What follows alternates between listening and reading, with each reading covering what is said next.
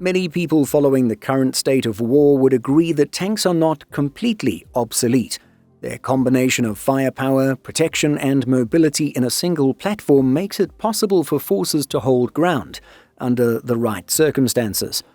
At the same time, many would agree that the role of tanks in modern warfare has changed drastically in the last few years, and a tank platoon operating alone doesn't really stand a chance against the swarm of kamikaze drones. And so today we visit a drone factory to learn what goes into drone production at scale and how constantly evolving drone technology greatly diminishes the bite of armored fighting vehicles on the modern battlefield. So let's get started. While the concept of a list price when it comes to tanks and IFVs doesn't really exist, let's throw out some ballpark figures. A single Leopard 2A8, 25 million euros. A CV90 Mark IV, 9 million. And to make things more relevant to our conversation, a Skyranger turret mounted on a Boxer 8x8, around 30 million. Sure, there are many more variables to consider, including order volume, main weapons, secondary weapons, ammunition, included logistics, and more, but again, these are ballpark figures. Speaking with the team at RSI Europe, a drone production company located less than 100 kilometers from NATO's eastern edge, it's easy to see why drone tech is such a cheap yet effective threat to these big and expensive machines. While you may already know how drastic the cost difference can be, here's Tomasz Milaszowskas, the CEO of RSI Europe, to explain. The drones that we sell start around 500 euros and go all the way to 4,000 euros per drone. It depends what size of drone you want, using fiber optics or not using fiber optics, whether it has thermal capabilities, terminal guidance option, how advanced the frequency configuration. But anyway, for 20 million, it's tens of thousands of drones. And so, yes, for the price of a single CV90, you can get a few thousand drones complete with antennas, ground control stations, remote controllers, FPV goggles, and of course, munitions. And then consider this. As many as 30, 40, or even 80 drone strikes may be needed to disable a well-armored tank or IFV. It's a lot, but there are also many cases where far fewer drones have been able to get the job done. When it comes to making effective drones and effective counter-drone solutions, it really is a game of cat and mouse these days. But there's no doubt that the most competent drone makers are constantly working to overcome counter-drone technology. Overcoming electronic warfare/frequency jamming?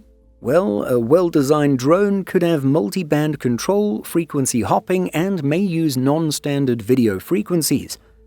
Advanced wireless drones can also be equipped with terminal guidance, allowing for autonomous management of the final strike phase while maintaining strong resistance against electronic warfare systems.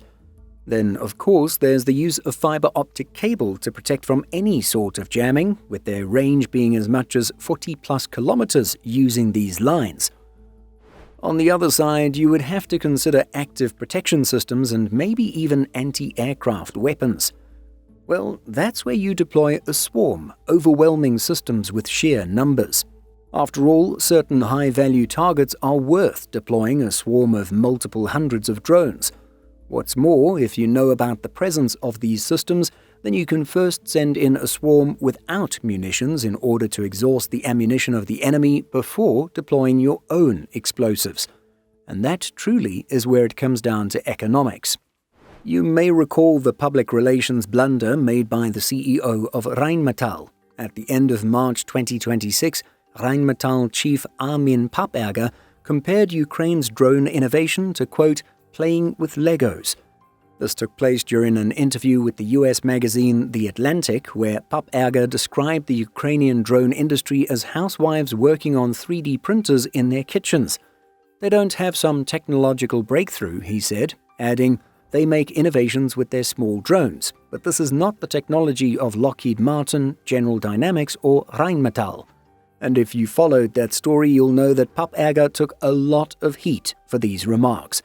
For what it's worth, Rheinmetall stated that the company has the, quote, utmost respect for the Ukrainian people's immense efforts in defending themselves, The innovative strength and the fighting spirit of the Ukrainian people are an inspiration to us.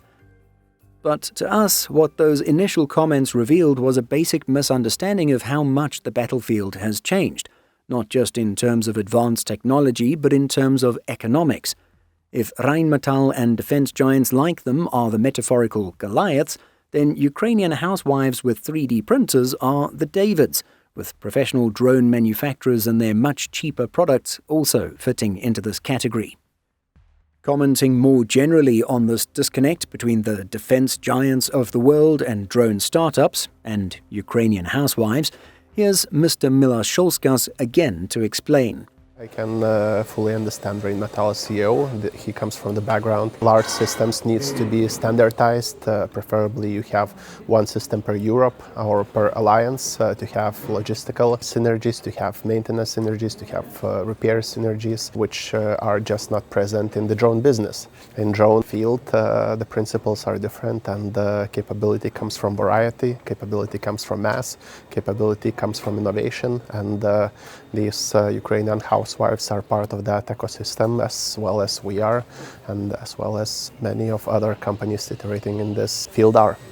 The opportunity we were offered to tour RSI Europe was eye-opening. The company by now is bigger than what you would imagine a startup to be, but by no means massive. Even a company of this size manages to pump out hundreds of FPV drones per day, and as many as 120,000 per year. And of course, it's not just drones, but their control stations and support equipment, all while offering customers the option of a full EU supply chain not reliant on Chinese components. Walking through their facility, we started at the beginning with their army of 3D printers working away to produce components. Just meters away are the handful of workstations for drone assembly, with each successive station checking the work completed by the previous one. A full quality control test of each drone is then conducted in a cage using a standard and automated procedure before the product is added to the massive pile ready for further battlefield preparation.